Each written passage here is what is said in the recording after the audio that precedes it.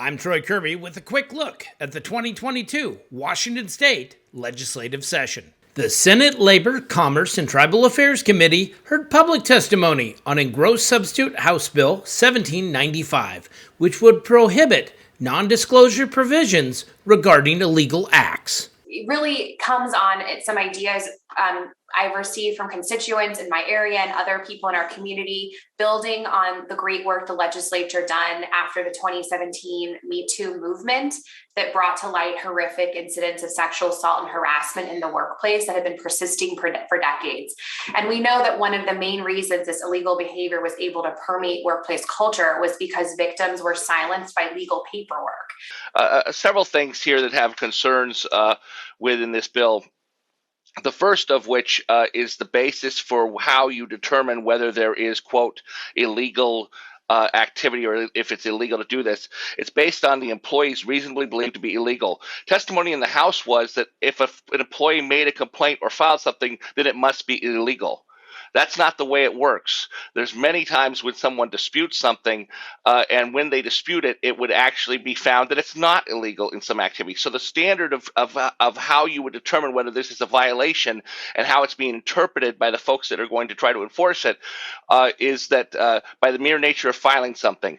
We're here today because for decades, employers have conditioned settlement of illegal workplace conduct claims on silencing victims from talking about how they were mistreated through the use of non-disclosure or non-disparagement provisions, which are known as NDAs. NDAs forbid employees from speaking about their experiences or observations to anyone, ever.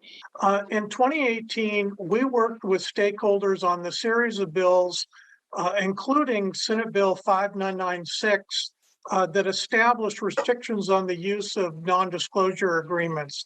Section 4 of this bill repeals all of that work and replaces it with new claims of action and ambiguous legal standards. In my career, I've signed numerous types of confidentiality clauses, and at many workplaces, I faced discrimination as a woman, as a single mother, and as a disabled person.